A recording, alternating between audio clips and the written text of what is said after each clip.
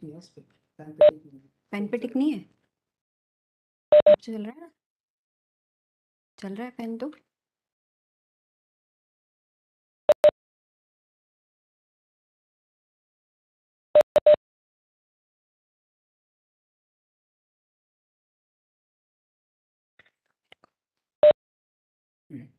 Queries पे कर रहा हूँ।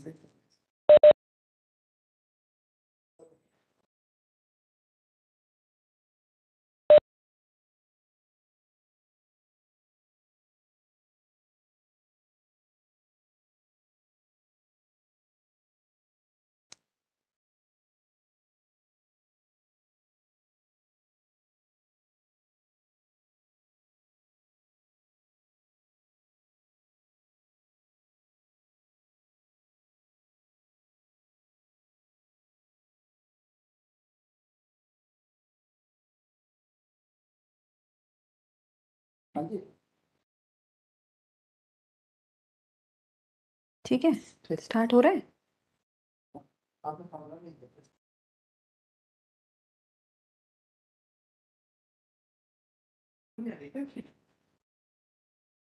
Good morning, students. I welcome you all to this session for paper 8 Indirect Tax Laws. This is a session which is under the banner of BoS For Your Success. So as the name suggests, this session aims at supporting the students in their success for the examination. And this session of today's session is actually a continuation of yesterday's session for this particular paper. This paper is the last paper in the group 2 at final level. And as in yesterday's session, CCMCA Rajendra Kumar sir has already motivated you all to try achieving 100 marks or full marks in this paper, because it is a very scoring paper. Students also aim for achieving good marks in this paper. So in yesterday's session, what we had done, and let us recapitulate it once.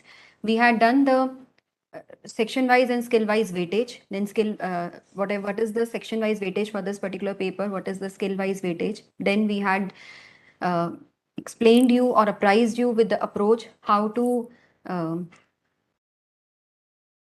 approach the questions in the examination, and particularly the first question, that is the evaluation and synthesis based question, the integration of all the provisions of section 1 was there.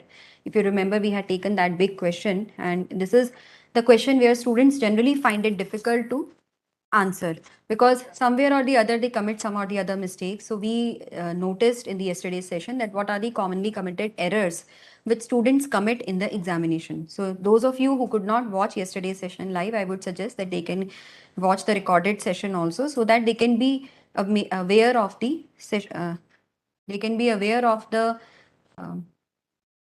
commonly committed errors which they need to avoid during the examination, and what are the points they need to keep in mind while appearing in the examination, how they can score good marks, how they can revise before examination. Then we talked about the time management during examination and the importance of reading the instructions given in the admit card. Generally, we get the admit card, we keep it aside, and on the examination day we take it out and we go to the examination center. So sometimes there are certain important instructions which are provided to you in the admit card, so you should go through them thoroughly. Before going for the examination, you should be absolutely cool and calm. And at this point of time, this was day before examination. Now at this point of time, that is 1 month before the examination, or almost 1.5 months before the examination, most of you would be geared up for the preparation for the upcoming examination. But some of you who are actually feeling that that they have lost a lot of time before the examination, for those students I would say, don't lose heart. This is not the time to lose the hope. You still have 40 days approximately with you, and if not wonders, at least you can do a reasonably good performance in the examination, even if you geared up now. So the only thing is that you do not have to lose any more day or any more time from now. Whatever you have done till now, make a schedule that you have this much time left with you. This is what you are aiming for, and what is the reasonable achievement or reasonable target which you can set for this particular time.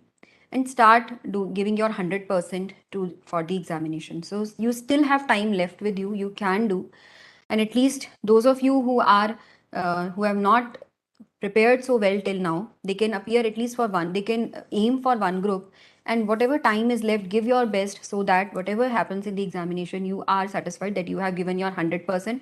And maybe some of you might achieve success also in these examinations. Those who have already prepared so much, they must be in the revision stage. So most of you must have done your syllabus at least once, or maybe second revision is going on. And for those students, I would suggest that we are holding the mock test papers after this webinar series. And after going through these webinar series, you will definitely find a difference in your score in the mock test papers examination. You will find that in these mock test papers, earlier how much you used to score, because and now how much you are scoring, there will be a improvement in the same. Reason for the same is because now you are conversant with the errors which you have to avoid during examination. So that will make a whole lot of difference in your score in the examination, and you should definitely keep those points which the faculty members have apprised you, that these are the points you have to keep in mind while appearing for the examination. You keep those points in mind, you appear for the examination with full confidence. When I say examination, first of all, I am referring to mock test papers. Your final examination are still 1 month ahead. So appear for these mock test papers and treat them as if they are the final examination. So those of you who are in the revision stage, they can definitely appear for these mock test papers, and they will definitely find a difference in their performance. So this will improve or boost your confidence for the final examination. So in final examination, you will feel that yes, you have once gone through the mock test papers, because there will be 2 series which will be conducted, and you can appear them in your home in under exam like conditions also, if you feel that going to the center is difficult for you. So then you will feel a difference in the final examination which you will be appearing for. So therefore I would suggest that you all should appear in the mock test papers, but please try to complete your preparation before appearing for mock test papers. Now in yesterday's session we have done the commonly committed errors, and in today's session, since we had received some of requests from few students that we should cover the amendments also for the November 2022 examination. And since I already told you that the statutory update is very important for any examination, because we expect our students to be aware of the latest amendments in the law. But for that, there is a cutoff, as you all know, and that cutoff is 30th April 2022. So where can you find this statutory update, first of all? Because I would be taking you through these amendments. Let me take you through the same. This is the statutory update for paper 8 indirect tax laws, and this has been web hosted on the BoS Knowledge Portal. So on BoS Knowledge Portal, there is a separate tab of statutory update. And under that, under final examination, you will find the statutory update for paper 8 indirect tax laws.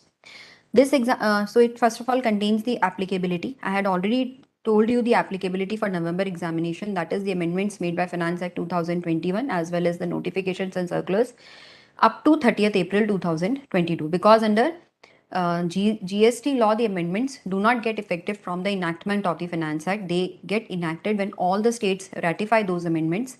So sometimes it so happens that the Finance Act has been enacted, but the amendments made by the Finance Act under GST law are yet to be effective.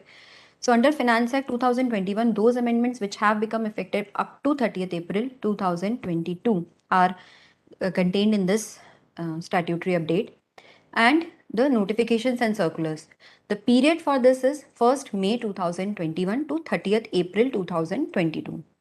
Similarly, for customs law, we have the applicability is Finance Act 2021.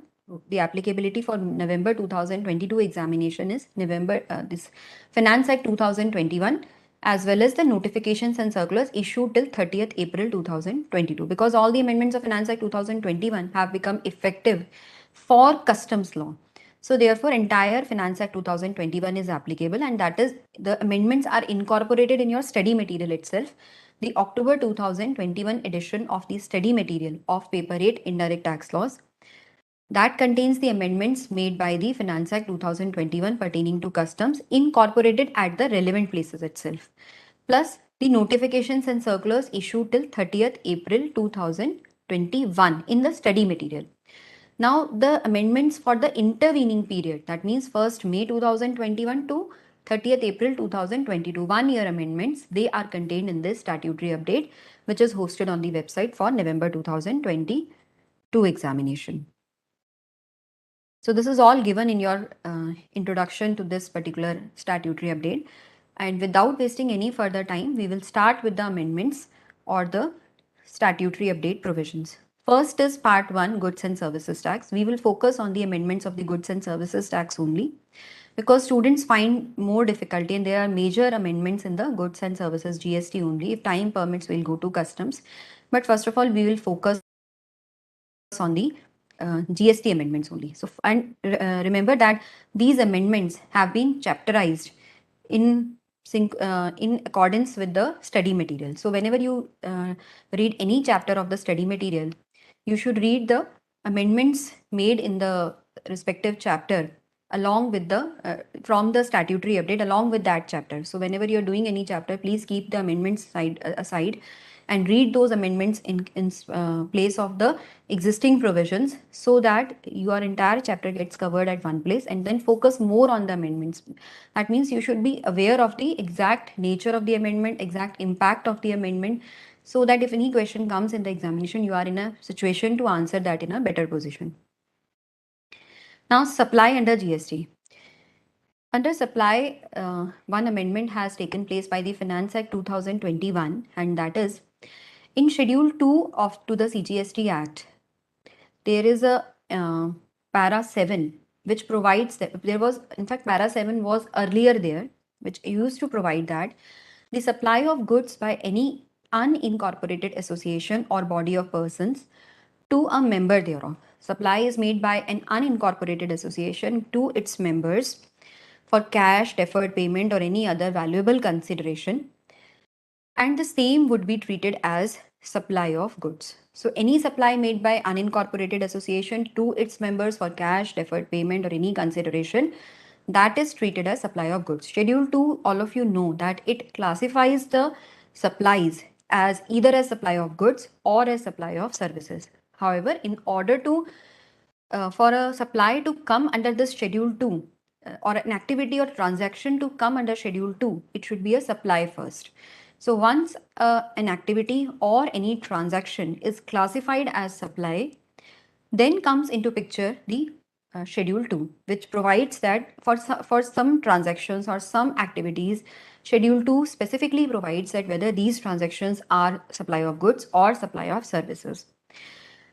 Now, these transactions which are covered in Schedule 2, or these activities which are covered in Schedule 2, for whose classification is there in this schedule, they are generally those activities for which there was a controversy under service tax and VAT regime regarding their classification, that whether they come under the purview of service tax or they come under the purview of VAT, and generally they ended up being classified as being taxed under both the laws. So for those type of transactions and those types of activities, majorly these are those types of activities and transactions only.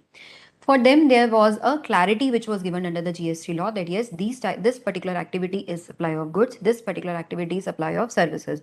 Why this classification was required for determining the rate of tax? Because under GST, for taxation purpose, we know that both goods and services will be taxed.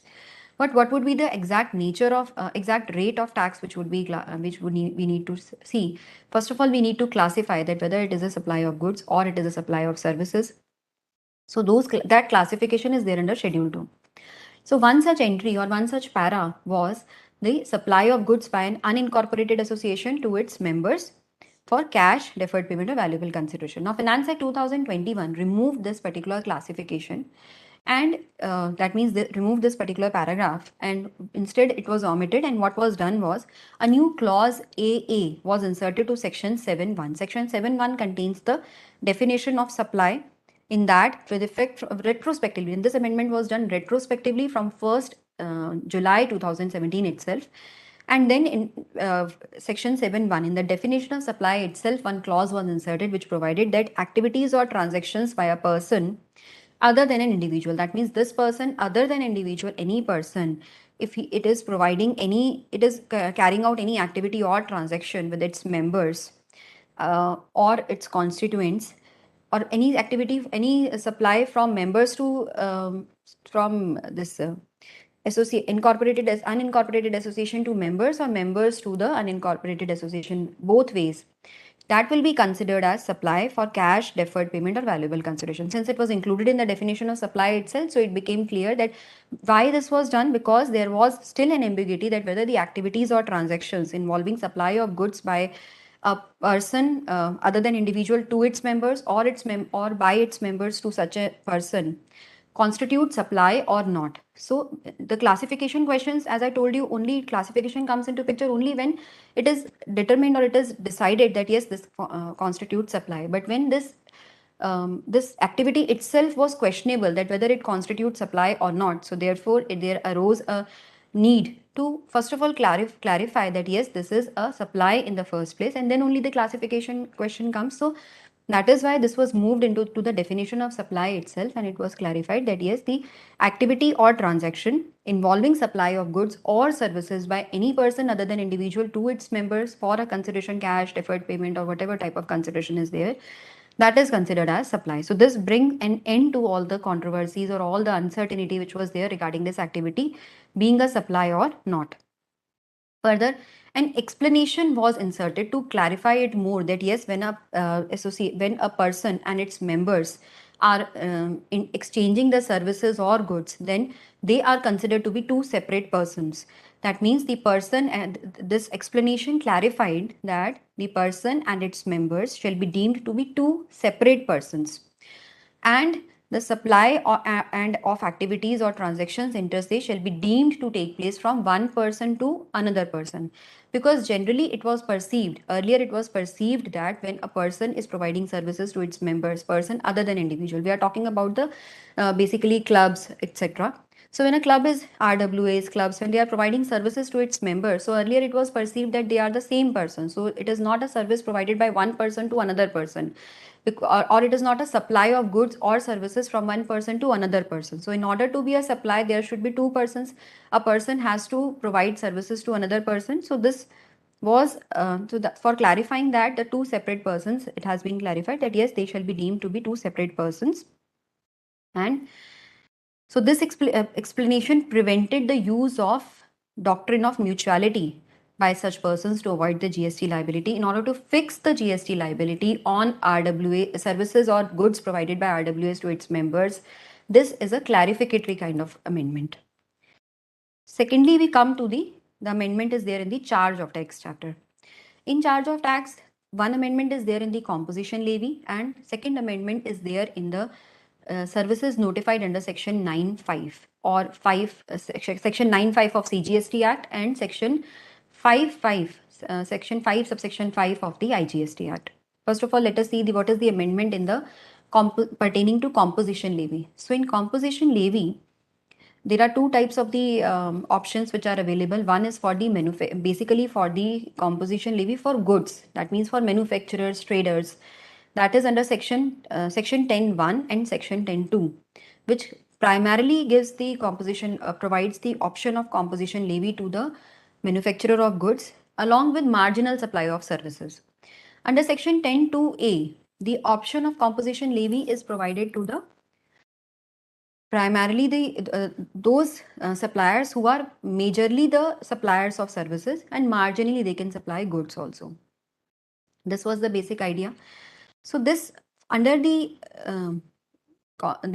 suppliers or registered persons who have opted for composition levy under section 10(1) and 10(2), that is for goods, primarily they have opted for composition levy. For them, certain notified suppliers of certain notified goods were ineligible for the composition levy. So one of the conditions for availing the composition levy was that a person, registered person, should not be a manufacturer. Mind the words manufacturer. Yesterday also I told you that you have to keep this in mind, that he should be a manufacturer. He should, in order to be ineligible, he should not be engaged in the manufacture of the notified goods. If he is engaged in trading of such notified goods, then he is not barred from composition levy. He is not ineligible in that case. But in case he is a manufacturer of the notified goods, then he will be ineligible for opting for composition levy. So there is a list of goods which has been notified for this particular purpose, and manufacturer of these notified goods is not eligible for the composition levy, even if his turnover is less than 1.5 crores or up to 1.5 crores. Then also he will not be, and he is satisfying other conditions. He's making intrastate supplies, and then he's not a casual taxable person or non-resident taxable person. But then also, despite satisfying all other conditions, if he is engaged in manufacturing these goods, then he will not be eligible for composition levy. These earlier, the goods which were notified were ice cream, pan masala, tobacco, aerated water. These were the goods which were notified goods. Manufacturer of these goods were ineligible for composition levy.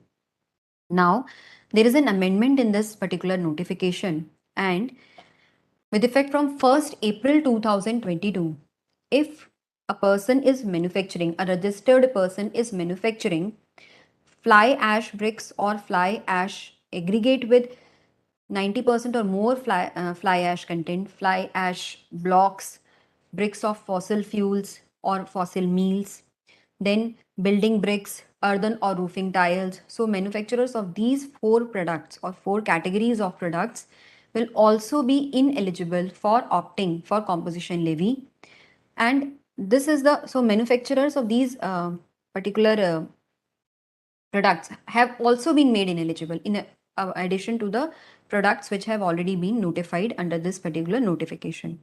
So these four items have been added. They have been simultaneously added to the suppliers of the enhanced suppliers of the goods which are for which enhanced threshold limit is available under registration, but that we will do under registration chapter. Sorry. For the time being, this is we will first of all focus on the composition levy. That under composition levy, if a registered person is manufacturing these goods, then he will not be eligible for the composition levy. This is for section 10.1 and 10.2. Eligibility under section 10.1 and 10.2. Then we come to the next of the amendment, and that is the tax on passenger transportation services by motor cab, maxi cab, motorcycle, omnibus, or any other motor vehicle, and supply of restaurant service other than specified premises supplied through ECO. Then tax on such services shall be paid by the ECO. Now, Section 10.5 of the CGST Act and correspondingly Section 5.5 of the IGST Act, it provides that the government can notify specified services when these services are supplied through an ECO, electronic commerce operator. Electronic commerce operator is a person who provides an electronic platform to the suppliers for supply of their services or their goods. So it has a specific definition which it has to qualify, and then it becomes an electronic commerce operator. So if such services are supplied through, but this notification will be only for services supplied through ECO, not goods supplied through ECO.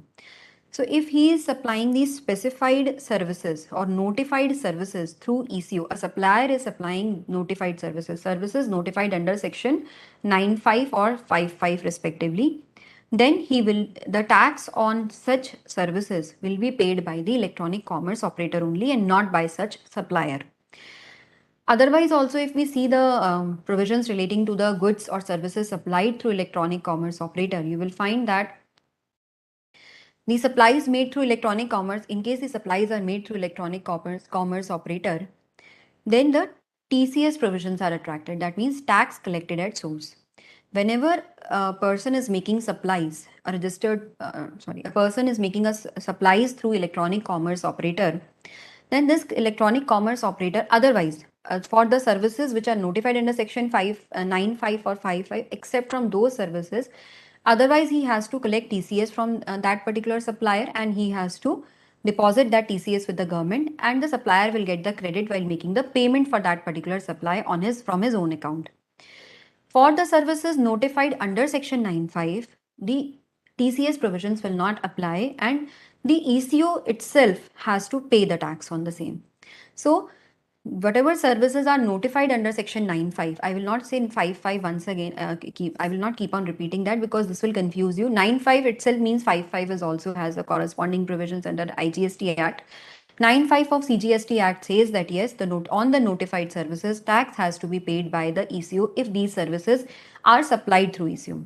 So under 9(5), what are the services, or under 5(5), what are the services which have been notified are earlier which were notified, or till now those services which were notified were services provided by way of the transportation of passengers.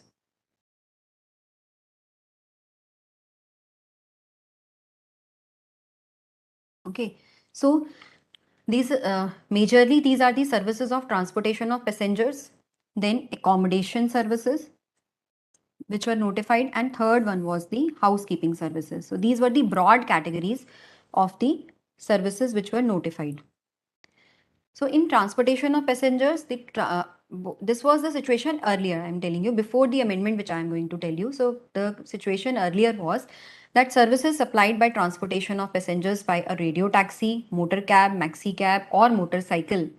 If these services were supplied through an ECO, tax was to be paid by the ECO itself. Though those who were supplying these services through ECO, they were not required to pay the tax.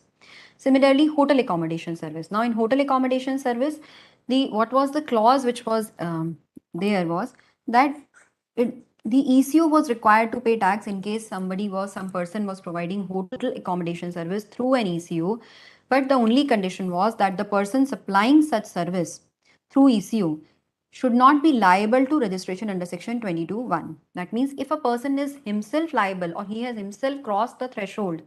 The threshold for a person supplying services is 20 lakhs in case of any other state and 10 lakhs in case of specified special category states of Manipur, Mizoram, Nagaland and Tripura.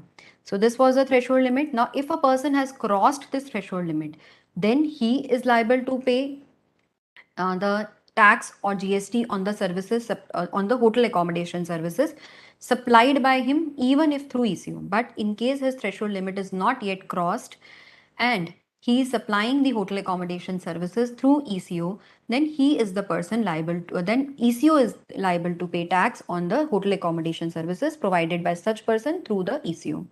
Similar is the case for the housekeeping services. Housekeeping services like plumbing, carpenter, etc. So if these services are provided through ECO, then ECO will pay the tax on such services, provided the provider of housekeeping services or supplier of housekeeping service has not exceeded the threshold limit which is applicable for registration to him, which is 20 lakhs in case of any other states, and as I told you, 10 lakhs in case of specified special category state. So these were the services which were earlier notified, and they are also presently also they are notified, but the amendment which has taken place in this list was in the first entry, that is transportation of passengers by radio taxi, motor cab. Earlier motor vehicles were specified. Now the definition of these vehicles has to be seen in the Motor Vehicles Act, and now to this list the addition which has been made, in fact all type of motor vehicles which the services of transportation of passengers provided through any type of motor vehicle has now been covered under this notified service. And the entry now says is that it includes now transportation of passengers by an omnibus or any other motor vehicle. So any type of motor vehicle, so maxi cab, motor cab, omnibus, motorcycle, as well as the any other motor vehicle. If we are transporting your passengers and you are providing such transportation of passenger service through an ECO, then ECO will pay the tax. So this is the amended position that all type of motor vehicles have been added to this particular list. Corresponding amendment has been made into the exemption list also. Since we say that that transportation of passenger service through a motor vehicle in specified cases, for example, auto rickshaw, e-rickshaw, then radio taxi, not radio taxi, that is an exception, but whatever type of non-air conditioned stage carriage, all these types of the services which are provided by a motor vehicle for transportation of passengers, certain services were exempt in that case. Now, if such exempt services which were there in the exemption list earlier, if these services now if they are provided through ECO, then they will not be exempt and ECO will be liable to pay tax on them. So those entries we'll see in the chapter of exemption from GST separately, but for the time being you should know that the transportation of passengers service provided through any motor vehicle, if in case it is provided through ECO, then ECO will pay the tax. Another important addition to this particular list of services is supply of restaurant service. Now, restaurant service provided by a person through ECO, then in that case, ECO has to pay the tax. But the rider here is, the exception here is that the restaurant service should not be provided at the specified premises. Now, what do you mean by the specified premises? Specified premises is, that means this restaurant, this eating joint which we are talking about, who is supplying his food, or you can say who is supplying the restaurant service through ECO or through a food delivery app. You know that these days there are so many food delivery apps which are available, and the eating joints or restaurants who are providing this restaurant service through these food delivery apps. And this has become a very common culture these days, that you order your food at home and you do this through their food delivery app. So this food delivery app is actually the ECO, and the suppliers or the restaurants, eating joints who are supplying the restaurant service through these food delivery apps are no more required to deposit or pay tax on these services. It is the ECO, it is the food delivery app owner who has to actually pay the tax on these services. Okay, so but the condition is that this eating joint, this restaurant should not be at the specified premises. So now it is very important for us to know what is a specified premises. Specified premises means premises providing hotel accommodation service having declared tariff of any unit of accommodation above 7,500. So that means if these restaurants or eating joints are located in a hotel where even a single unit or any of the unit has a declared tariff of more than 7,500. So if a hotel is there and there the restaurant is located and that restaurant is providing its restaurant service through an ECO, but none of the units has a declared tariff of more than 7,500. Up to 7,500 is allowed, but more than 7,500 declared tariff is not there, then that will be covered under section 95 notified service, and ECO will pay tax on such service. But in case a restaurant is located in a hotel where so any of the unit or all the units are having a declared tariff of more than 7,500, then this is a specified premises. And the restaurant or eating joint located on these premises, if they supply food through ECO, then they will not be covered under the notified service, and they themselves have to pay the tax. ECO will not pay the tax. Now these restaurant services on which ECO is liable to pay tax, specified restaurant, notified restaurant service on which ECO has to pay the tax, that those services they will show in their GSTR B 3B as the output or outward taxable supplies. These are their outward taxable supplies. These are not their inward supplies. They are not receiving any input services and supplying the services to the final consumers on their own. This is not the situation or the business model here. It is actually the outward supply. It is considered as the outward tax on outward supplies which these ECOs are paying, and therefore how they show it in their GSTR 3B, they show it in their form GSTR 3B as outward taxable supplies only. For this particular notified service, there are certain clarifications which have been provided by a circular, and this also we will cover because they can be asked in the examination, or they are relevant for you to know. So ECO, this is the clarification which is given to you. Let us go through this clarification. First is ECOs not to collect TCS in respect of restaurant services so notified. Now that is very obvious also, because we have already seen that there are two set of services which are provided through ECO.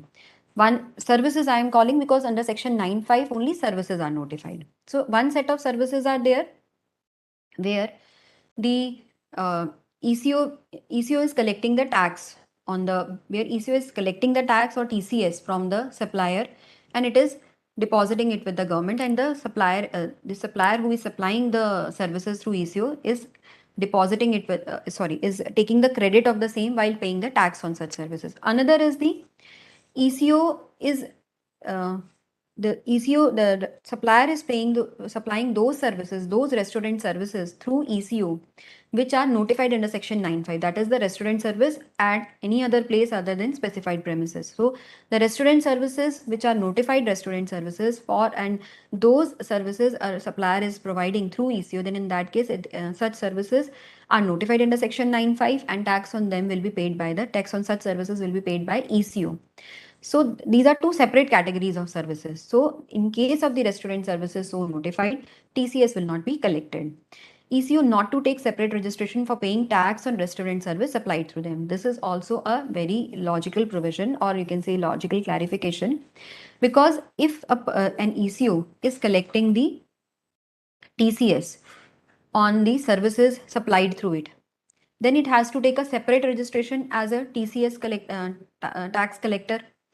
But in case it is it is paying tax on such services under section 9(5), then it can pay tax on the from its registration, which it has taken for paying tax on its own goods and services. So whatever registration it has already taken for paying tax on the goods or services supplied on its own account, same registration can be used for paying tax on the services notified under section 9(5). So no separate registration is required for paying tax under 9(5) services. Third point is the ECU to pay tax on any restaurant services supplied through them. Now, suppose in this case the restaurant which is supplying services through ECU is not registered. The question arises that in that case also whether ECU is liable to pay tax, or in that case the tax will not be paid because the supplier is unregistered. Even if the supplier is unregistered, the restaurant who is providing the restaurant services through ECU is unregistered, it is the liability of ECU to pay tax on that particular restaurant services provided through it. So even if the restaurant is unregistered, tax has to be paid by the ECU. Supply of restaurant services to be included in the aggregate turnover of the person supplying restaurant through ECU. Now, when we'll be calculating the turnover of ECU, whatever supplies restaurant is making of restaurant services, notified restaurant services through ECU, that aggregate turnover will be, that value of supply will be included in the aggregate turnover of ECU. Simultaneously, for computing the threshold limit or for any other purpose under GST Act, if we are computing the aggregate turnover of the supplier, the restaurant service supplier, for computing his aggregate turnover also, you will include the value of supply of the services made through ECU in his turnover also. So that will be included in the aggregate turnover of the restaurant service provider also. Then the next is the restaurant services provided through ECO not to be considered an inward supply. That I already told you that this is not an inward supply liable to tax under RCM. This is not a reverse charge mechanism, or this is not a reverse charge supply. It is the tax on outward supplies, outward taxable supplies, which ECO is paying. And ECO will, though it is true that ECO will pay this tax in cash, it will the ITC cannot be used to set off. ITC cannot be set off against this payment of tax for on the restaurant services which the ECO is paying tax on. But it is not an inward supply for the ECO. It will be shown under outward taxable supplies under GSTR 3B. Next is reversal of proportionate ITC on inputs, goods or services not required by ECU. So reversal of proportionate ITC is not required. Now question may arise that since the ECO is paying tax on its own on the restaurant services provided through it on its own account, so whether it will be it can utilize the credit because restaurant service 5% tax rate is there, and on this 5% tax rate, since the rate notification is not within the syllabus, purview of the syllabus, so many of you might not be aware, but generally it is a very prevalent rate that so some of you might be aware also that against this 5% rate, the supplier cannot take any credit of inputs or input services except the credit in the same line of business. So if any inputs or input services ECO is using, then there arose a doubt in the mind of the suppliers that whether the ECO can take credit of the services or inputs used in providing this ECO services. Because he is now paying tax on the restaurant service. Restaurant service is being taxed at the rate of 5%, and the corresponding ITC in case of the restaurant service, when 5% rate is charged, corresponding ITC is not allowed except in case of the same line of business. So will this restriction apply to ECO also or not? So the answer is no, this condition will not apply to ECO, because what ECO is doing, ECO is not providing actually the restaurant service. ECO is just depositing the tax on the restaurant service. ECO is providing the its electronic platform to these suppliers. So service is which is actually provided by ECO is the provision of the electronic platform to the suppliers, and it is acting actually as an intermediary between the supplier and the ultimate consumer. So he is not providing this restaurant service on his own account, and therefore the reversal or restriction of the credit pertaining to the restaurant service by the ECO does not arise. So ECO can very well take the credit of the services or inputs which it has used for providing the ECO services.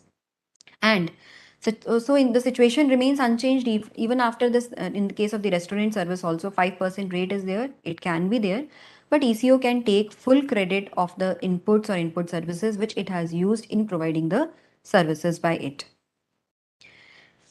But again the same point comes which I told you, that the GST liability, that is the tax on such services, such restaurant services which are notified under section 9(5), will be paid in cash by the ECO. ECO cannot utilize its ITC for payment of this tax on the restaurant service, which it is a liability which it has to discharge on behalf of the supplier of restaurant service. This it has to pay in cash. It cannot use the credit for the payment of this. Then the next point is the GST to be paid by the supplier. Yeah, this we have the GST to be paid by the supplier on services not notified under section 9(5) but supplied through ECO.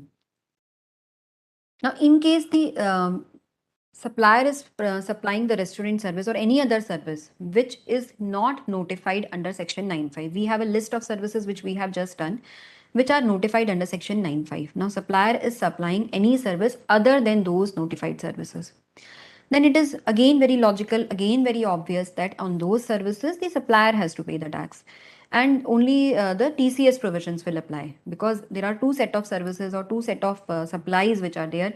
If 9(5) is attracted, then ECO will pay the tax. Otherwise, the TCS provisions will apply and tax has to be collected by the ECO, and supplier has to pay the tax, and he can take the credit of the TCS which is collected by the ECO. So it can take the credit of the same. Now the billing point comes that in case of a restaurant service, where in case of a restaurant it supplies the goods or services through suppose a restaurant is supplying a restaurant service through ECO, and it is supplying which are notified under 9(5), and apart from that it is providing some other services which are not notified. Then in that case, these two types of supplies, it can be a supply of goods also which a restaurant is making, and it is not notified under section 9(5). So two type of supplies are made by a restaurant. One is restaurant service notified under section 9(5). Another is restaurant service notified under section 9(5) and not notified. So two types of services it is providing restaurant.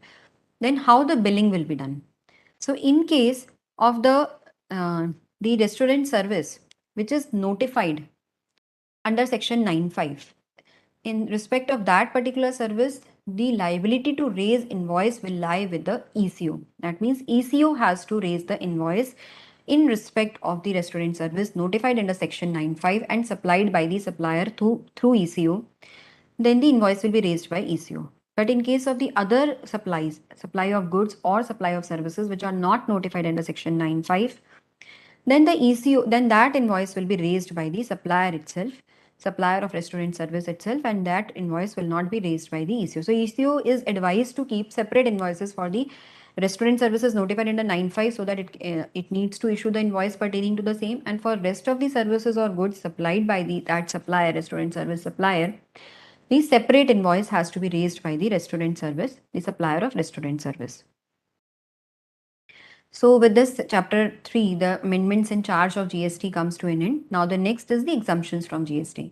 Now in exemption from GST, if you see that the amendments, there are three types of amendments covered here. One is the amendment which is there in the existing exemptions. Some changes have been there, some amendments have been there in the existing amendments. Second type of amendments is the newly incorporated or newly introduced exemptions. And third is some existing exemptions have been withdrawn. So we will be covering these exemptions in these three categories.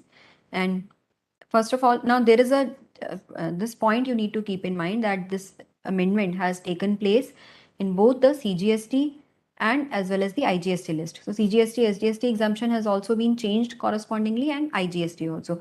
In both the notifications, notification number 12 by 2017 dated 28th June 2017, as well as 9 by 2017 of integrated tax and IGST.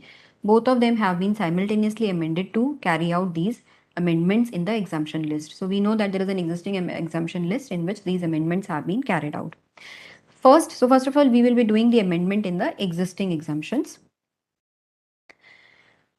Now, the first amendment is pure services excluding works contract service or other composite supplies involving supply of any goods provided to central government, state government, union territory or local authority, or a governmental authority or a government entity by way of any activity or function entrusted to panchayat under Article 243G, or to any function entrusted to municipality under Article 243W of the Constitution.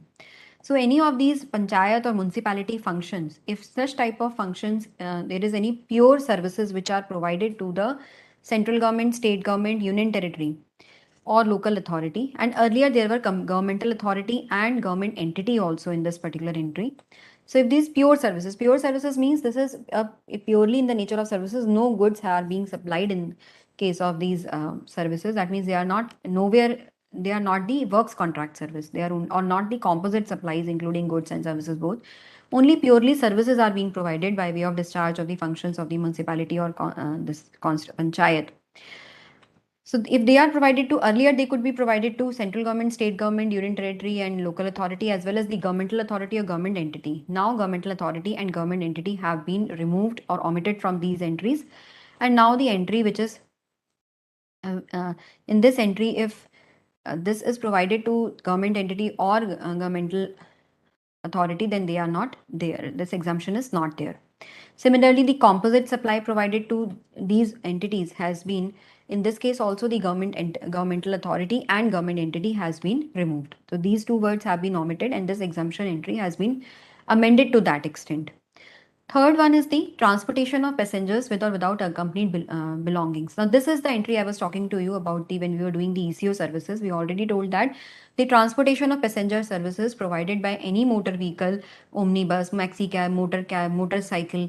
So, all these will be, tax on this will be paid by the ECO. Corresponding amendment has been made in the exemption entry for transportation of passengers by a motor vehicle. And that is, if you see this entry 15, you can see that the first transportation of passengers in clause A is to be carried out by air. So this is not anyway related to the 9(5) entry. But the second B and C entries, that is the transportation of passengers by non-air conditioned contract carriage and transportation of passengers by stage carriage other than air conditioned stage carriage. So these two transportation of passengers, because these are by motor vehicles, so there has been a proviso which has been added, which provides that nothing contained in item B and C shall apply to services supplied through an ECO and notified under section 9(5). So if any such service is notified under section 9(5), in other words, you can say if these services are supplied through ECO, then there will be if such services are supplied through ECO, then there will be no exemption available to these services. So these services should not be supplied by an ECO in order to claim the exemption pertaining to these services. Similarly is the next entry for transportation of passengers, which provides that service of transportation of passengers. Again, here also, if you see, clause A, B, C and D are nowhere related to the transportation of passengers. But transportation of passengers, it is related, but it is nowhere, it is not carried out by the motor vehicle. So this transportation is either by railways or inland waterways or vessel. So this is not the transportation of passengers by motor vehicle. Only entry E, which says, or clause E, which provides that motor cabs or auto rickshaws, transportation of passengers through metered cabs or auto rickshaws, including e-rickshaw, are exempt. This is the transportation of passengers by motor vehicle. So in this case, if it is provided through ECO, then this will be exemption will not be available in this case. So if transportation of passengers through metered cabs, auto rickshaws, e-rickshaws is there, and it is supplied through, this service is supplied through ECO, then the exemption will not be there, and such services will be liable to tax, and ECO has to pay tax on them. So this entry we can correlate with the 9(5) notification. Then there is a extension of time period for the exemption, which is available under section 19, entry 19A and 19B. This is pertaining to the services provided by way of transportation of goods by an aircraft from customs station of clearance in India to a place outside India. This exemption is now, it will be applied, it has been extended up to 30th September 2022. So this exemption has been continuously, it is a time limited for a limited period only, and that limited time period is being constantly enhanced or being constantly increased from time to time. Similar is the services by way of transportation of goods by a vessel from custom stations of clearance in India to a place outside India. So in this case also, this exemption, the time period has been extended till 30th September 2022. This is what is applicable, position which is applicable for your examination. Another change is there, the services provided by the central government, state government, or union government administration under any training program. Now, this services should be with respect to a training program which has been organized. And the services which any person has to provide to the central, state, or the union territory administration must be with relation to this training program. And this the another feature is, or another condition is, that the expenditure for the training program has to be borne by the respective government or respective central government, state government, or union territory. So the union, earlier it was so that the entire expenditure was to be borne by the entire expenditure has to be borne by the state government, central government, or union territory administration. Just a minute.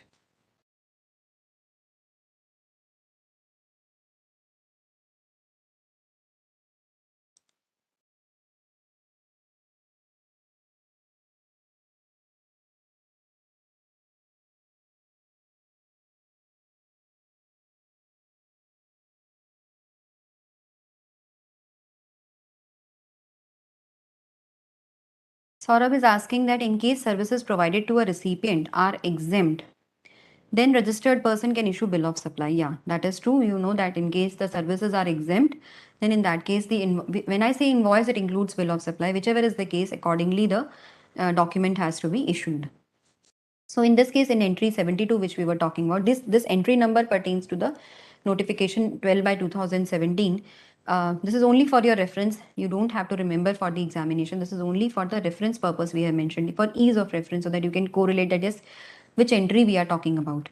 So services provided to central government, state government, union territory administration under any training program, but the expenditure earlier, entire expenditure had to be borne by these governments.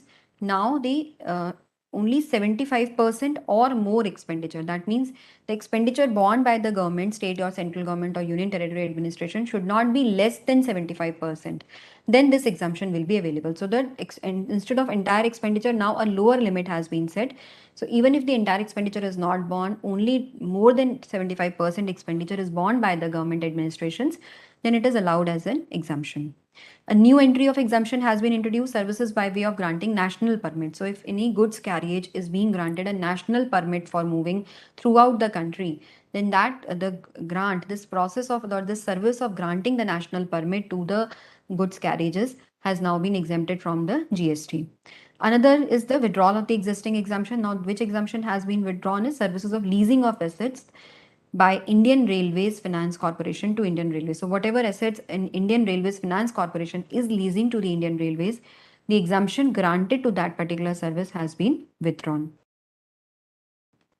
So remember that all these exemptions or change in exemptions have been there correspondingly in the IGST exemption list also. Now the next amendment is amendment pertaining to the place of supply provision.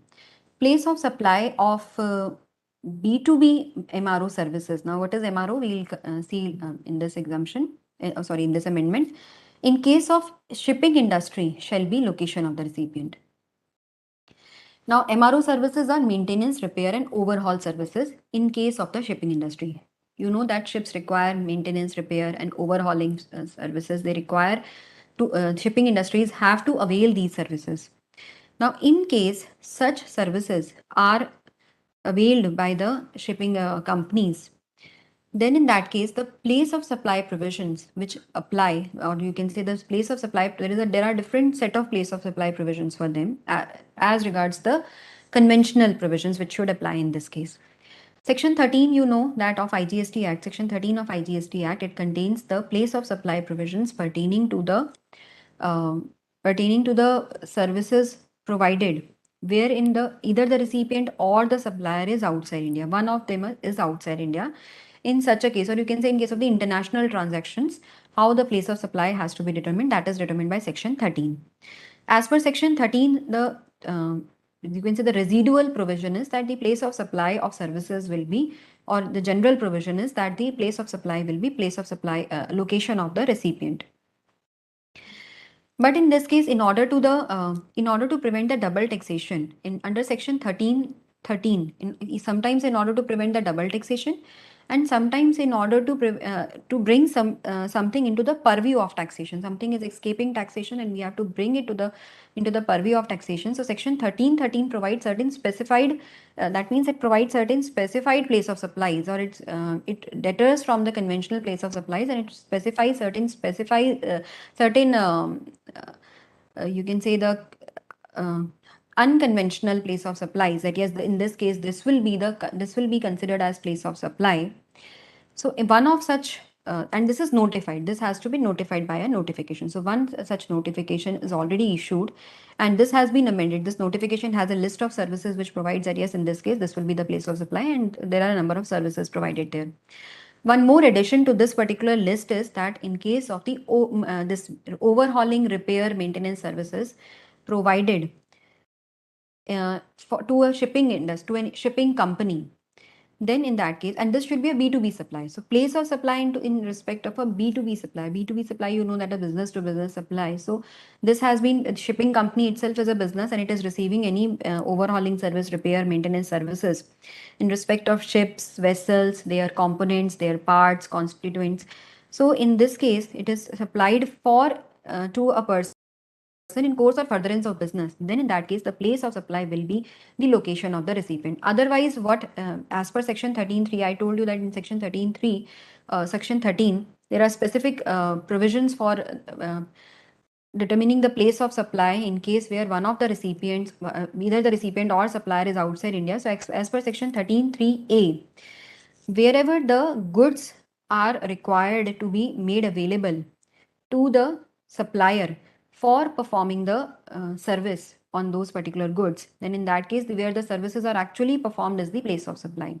So if we go by the conventional provisions of Section 13 of the IGST Act, then in this case, the place of supply would have been the place where these services are being performed.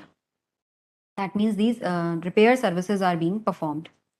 But in this case, we have deterred or deviated from the normal provisions, and in this case there is an exception that the location of the recipient of the service will be considered as the place of supply. That means, once again I would repeat that in respect of the supply of maintenance, repair, or overhauling service, that is, in short we can call it as MRO service, in respect of ships or vessels supplied to a person for use in course or furtherance of business. So this is also a condition that it should be in course or furtherance of business. This service should be used by the person, by the shipping company, in course or furtherance of business.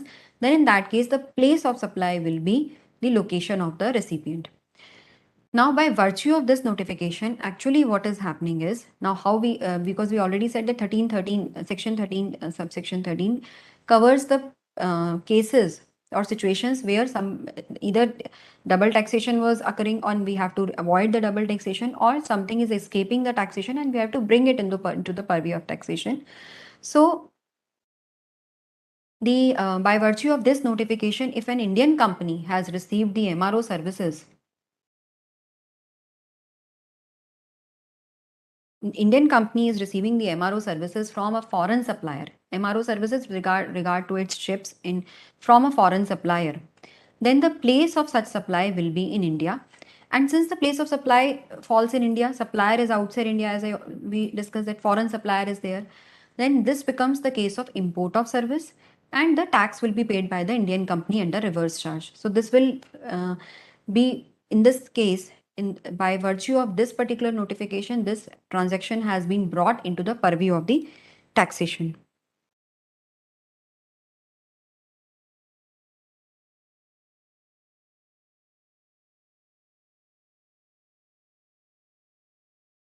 Okay, so this is, hope you understood this particular entry, that wherever the services are received pertaining to the maintenance, repairs, and overhauling services by a shipping company, then in that case, the place of supply will be the location of the recipient. Condition is that these services should be received in course or furtherance of business. That means it should be a B2B supply.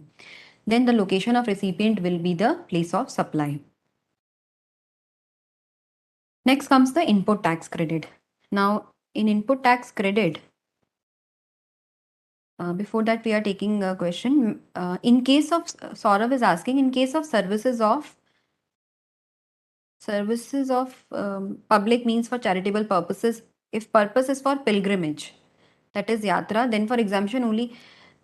I think what he wants to ask is that we know that for this Hajj yatra and for the Mansarovar yatra, we have a specified exemption entry. So no other committees are applicable for exemption. You're right, Saurav, because this is a specified entry where whatever services are being provided under pilgrimage to these two places, or these two type of pilgrimages, whatever services are provided by these authorities, KMB and Hajj committee.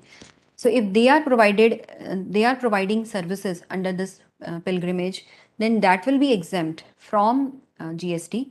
Otherwise, no other committees, that means no other such type of institutions who organize the pilgrimage, they are not granted such type of exemption from GST.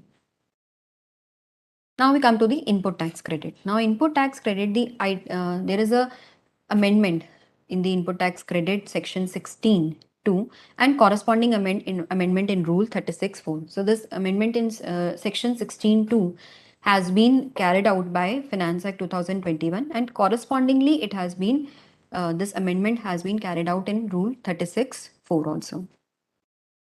If you remember earlier, when some of the invoices have not been uploaded in the GSTR1 by the supplier of the services or goods, then the correspondingly, whatever invoices have been uploaded, 100% ITC is available with respect to those invoices. However, in respect of the invoices, or in respect of the supplies, the invoices for the details of those invoices are not given by the supplier in its GSTR1. Earlier, 20% credit was allowed, of the 20% of the eligible credit was allowed pertaining to these invoices. Then it was reduced to 10%, and then subsequently it was reduced to 5%, if some of you might be aware of this. Even if you are not aware, the latest position was 5% of the eligible credit was allowed in respect of the invoices, the details for which was not furnished by the supplier in its GSTR1 or invoice funding facility, that is IFF.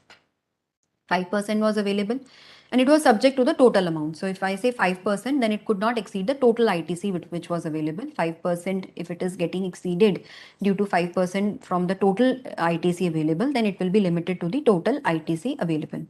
But this 5% was available.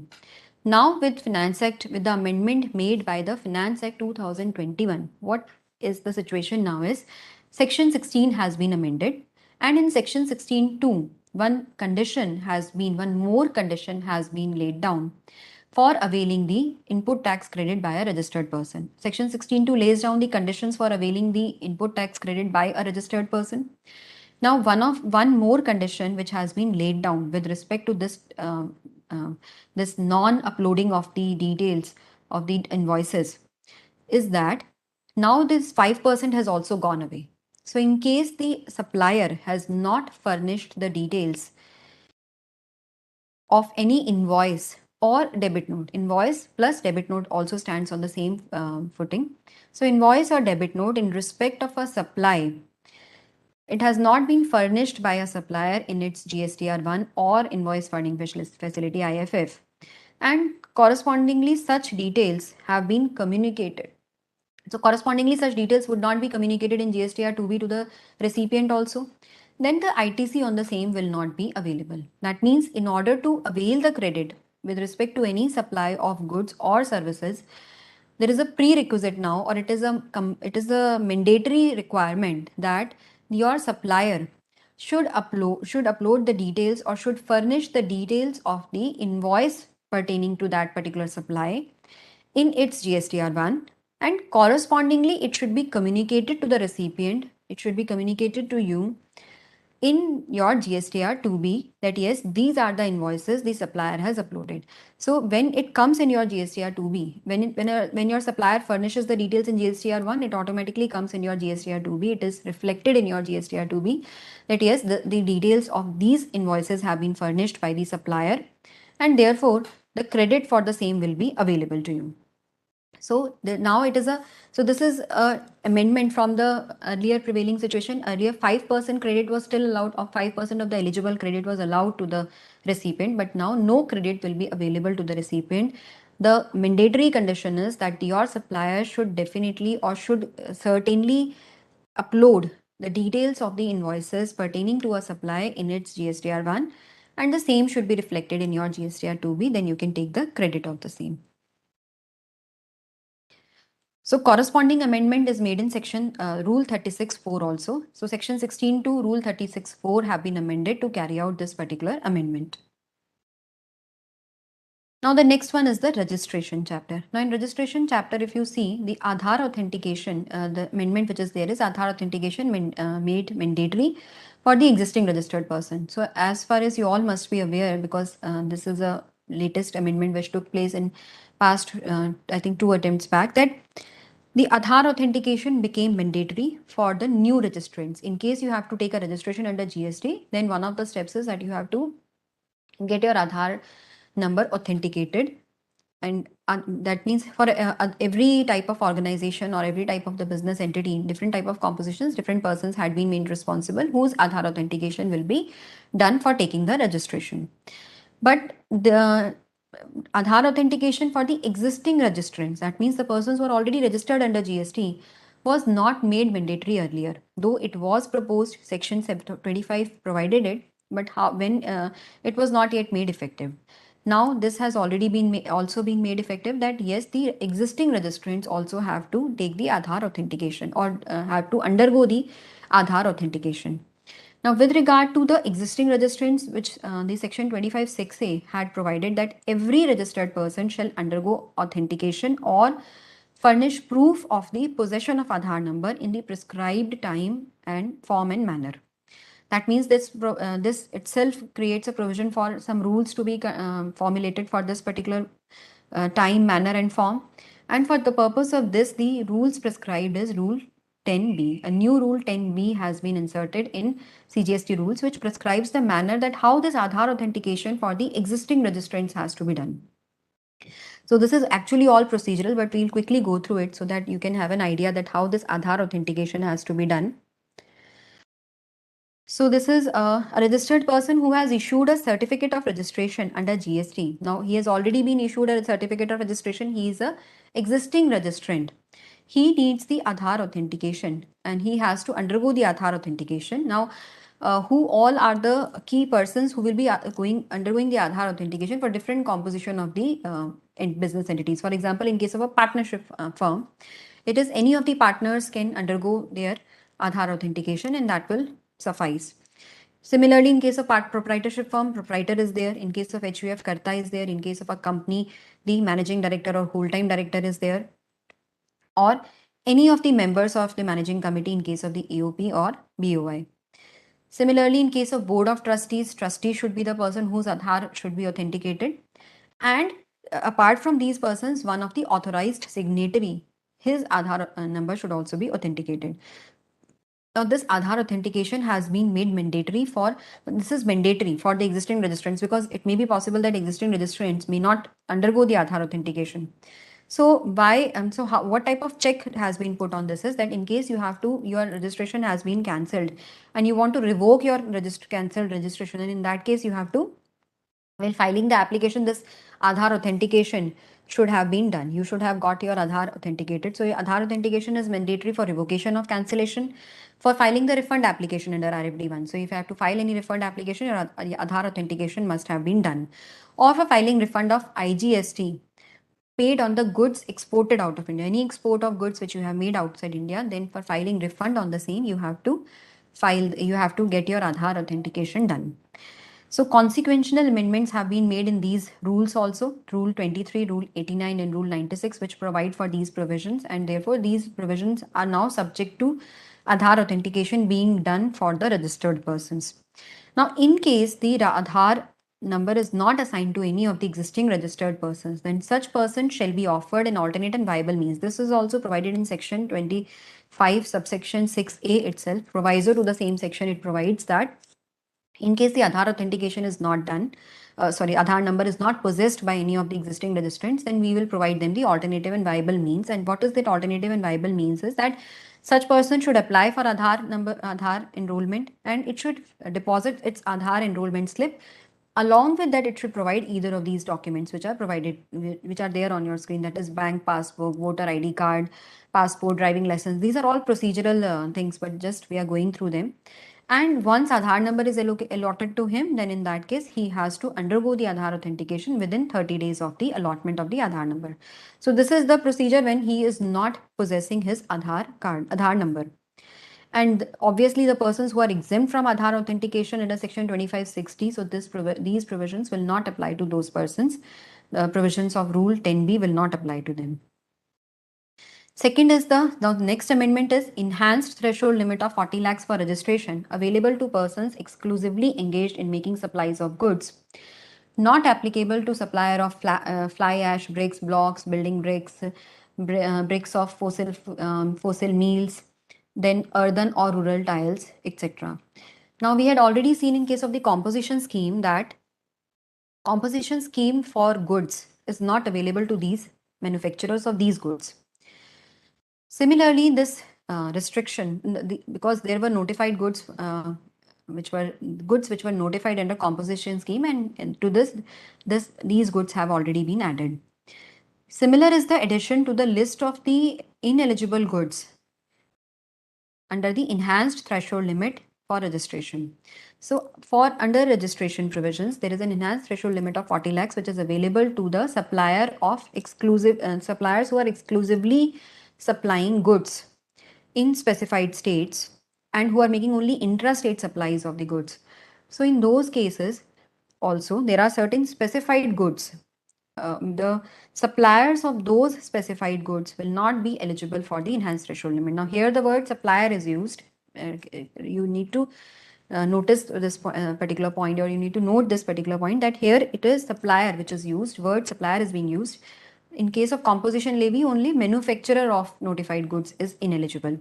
So here the supplier, even if person is trading in these goods, he will be ineligible for the enhanced threshold limit. What are those notified goods? Earlier there were ice cream, pan masala, tobacco. In case of composition levy, aerated waters is also there, which is not here. So ice cream, pan masala and tobacco suppliers will not be eligible for enhanced threshold limit. With effect from 1st April 2022, 4 categories of products have also been added, which have also been added in case of the composition supply. For them, the composition supply levy is also not available, as well as the enhanced threshold limit is also not available. These are fly ash bricks, bricks of fossil meals, building bricks, earthen or roofing tiles. So these items have also been added, or on these suppliers of these items or these products will not be eligible for the enhanced threshold limit.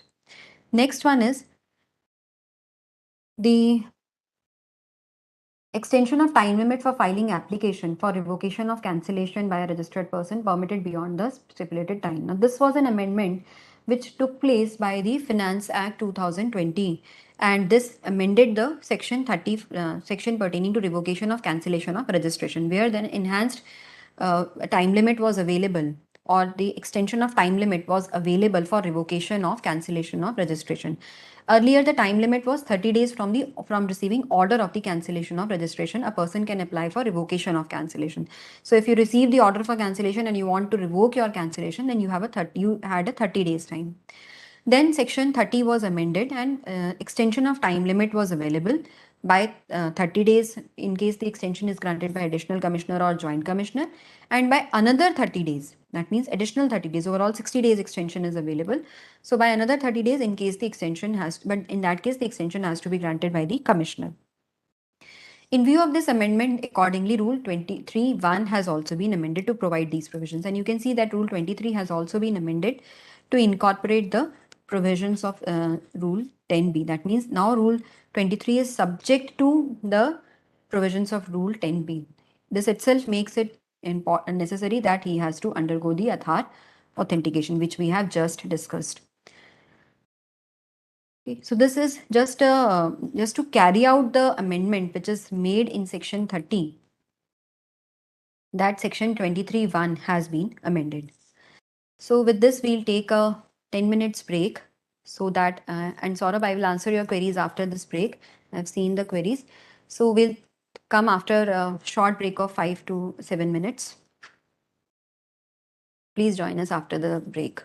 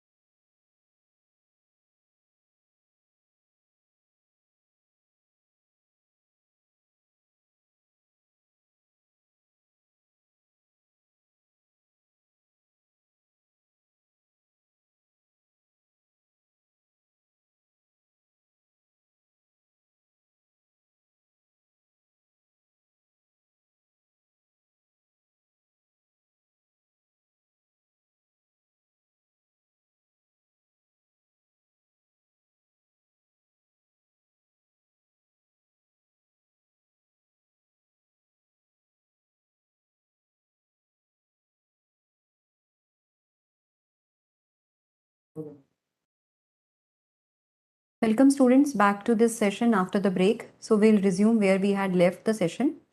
And this was we were discussing the amendments made in the registration chapter that we have already covered. Now we come to the amendments which are there in the chapter 10, that is tax invoice, credit and debit notes. And before that, I will take the query pertaining to this chapter only asked by Saurabh, that there is a notification from the department that e-invoicing limit is reduced to 10 crores. Yes, the limit is reduced to 10 crores, Saurabh, with effect from 1st October. But as I already told you at the beginning of the session, that in fact in yesterday's session also I stressed upon this point, that you are expected to be aware of the position of law which is prevailing as on 30th April 2022, latest position of law. So that is, up to that date, the limit for e-filing, e-invoicing was reduced to 20 crores only, which is the amendment in fact which we are going to deal. And that is, e-invoicing is mandatory for all registered businesses with aggregate turnover in any preceding financial year from 2017-18 greater than 20 crores. So the limit which has been latest or lately reduced, which will be in fact reduced to 10 crores from 1st October, that will not be applicable for November 2022 examination, because we have to keep a cutoff for the students at some point of time. It is not possible for you to keep on updating you throughout the year, and 6 months before the examination, whatever amendments have taken place, only that is applicable for you. So limit which is applicable for your examination is 20 crores. So any student who has any confusion, please bear this in mind, that the e-invoicing limit, threshold limit applicable for November 2022 examination is 20 crores, because this is the amendment, or this is the position of law which was prevailing as on 30th April 2022. That is the cutoff date for you. Now let us go through this amendment, that is, e-invoicing is mandatory. Earlier, e-invoicing was introduced for a turnover of 500 crores, then it was reduced to 100 crores, then 50 crores. Now it has been further reduced to 20 crores. So all those businesses whose turnover in the preceding financial year, that is also very important. Sometimes students get confused in this. They take the current year's turnover. Your turnover you have to see in the preceding year. In the preceding financial year, if your turnover is exceeding 20 crores, and we will see your turnover from 2007 financial year 2017-18, that is from the inception of the GST law itself. If in any of the preceding financial years your turnover has exceeded 20 crores, then you are liable to mandatorily issue the e-invoices. This is one provision. Second is, e-invoicing is not applicable to a government department or a local authority. Now, e-invoicing provisions, there are certain suppliers which have been exempted from the e-invoicing provisions, and these are SEZ units, then GTA suppliers, GTAs supplying services of transportation of goods. Then you can say the suppliers of cinematographic films, the admission supplier providing services of admission to the cinematographic films. After that, the supplier of passenger transportation service. So insurance or banking company. So these are the suppliers which are exempted from the e-invoicing requirements. So even if their turnover has exceeded 20 crores in any of the financial years starting from 2017-18, they will not be required to issue the e-invoices. They are exempt from these requirements. Now, the one more entity which has been added to this particular list is the government department and a local authority. So a government department and a local authority has also been exempted from the mandatory requirement of issuing e-invoices, even if their turnover in any of the preceding financial years starting from 2017-18 exceeds rupees 20 crores. So this is the amendment. Now, the clarification in respect of the applicability of the dynamic QR code. Now, you know that dynamic QR code is issued. Dynamic QR code is there on the invoices. It is so all the invoices should have dynamic QR code. In case a registered person has exceeded the turnover, aggregate turnover, a registered person has exceeded rupees 500 crores in any of the preceding financial years starting from 2017-18. So for e-invoicing, the threshold limit is 20 crores, but for dynamic QR code, the threshold limit is still 500 crores. Another condition is that this invoice should be issued by the registered person to an unregistered person. That means it should be a B2C invoice. business to customer invoice. So it should be issued to an unregistered person. In that case, it will be considered, then QR code, dynamic QR code is mandatorily to be there on the invoice. So all B2B invoices should have a dynamic QR code. In case it is issued by a registered person whose aggregate turnover exceeds rupees 500 crores in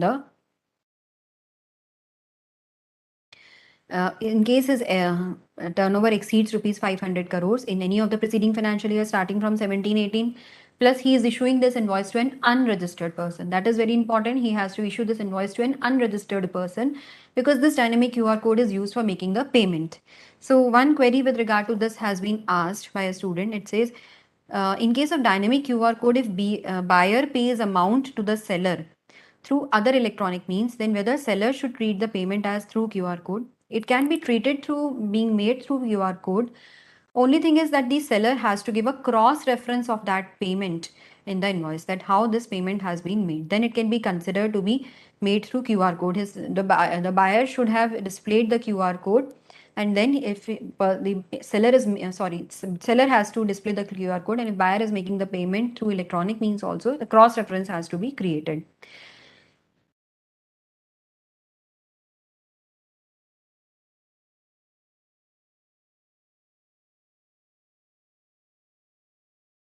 SEC developer is applicable for e-invoicing. Another question is there. Now, SEC unit is the only barred from, or you can say exempted from the mandatory requirement of e-invoicing. So, SEC developer is definitely eligible, is abide by the mandatory requirement of e-invoicing.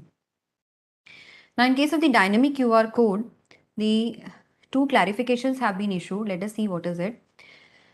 Now, one first question is that whether a dynamic QR code has to be provided in case of an invoice issued to a person having UIN, unique identification number.